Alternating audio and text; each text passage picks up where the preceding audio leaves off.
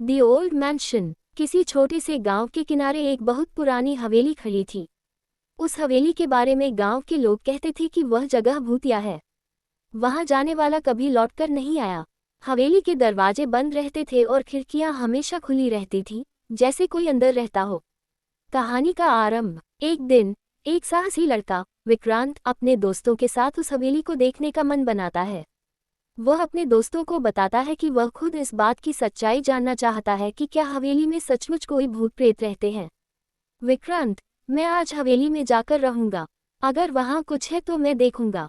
उसके दोस्तों ने बहुत मना किया, लेकिन विक्रांत नहीं माना। रात का समय था और चांद की हल्की रोशनी हवेली पर पड़ रही थी। विक्रांत धीरे धीरे हवेली की ओर बढ़ने लगा।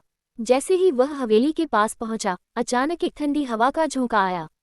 उसके कदम रुक गए। हवेली के अंदर एक अजीब सी खामोशी थी। उसने दरवाजा खटखटाया, लेकिन कोई जवाब नहीं आया। विक्रांत ने साहस जुटाकर दरवाजा खोला और अंदर कदम रखा।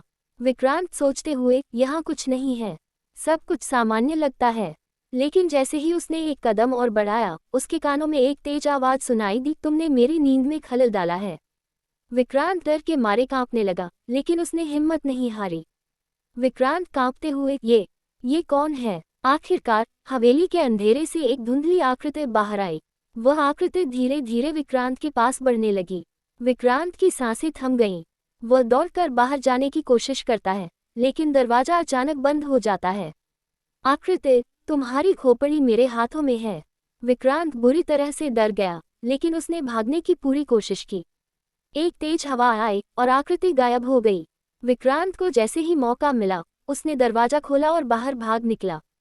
वह सीधे अपने दोस्तों के पास वापस पहुंचा।